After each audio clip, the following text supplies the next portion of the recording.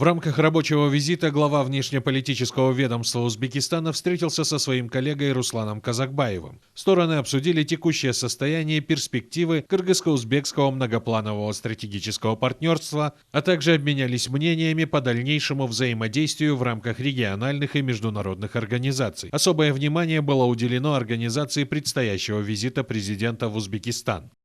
Приезд Камила Аблайса Хафизовича, министра иностранных дел Узбекистана, связан с посланием от имени президента Узбекистана, господина Мирзиёева Шавката Миромоновича, в адрес нашего президента Садыра Нуркадиевича Джапарова с приглашением на международную конференцию высокого уровня, который намечается провести в этом году в Узбекистане. Конференция называется «Центральная и Южная Азия.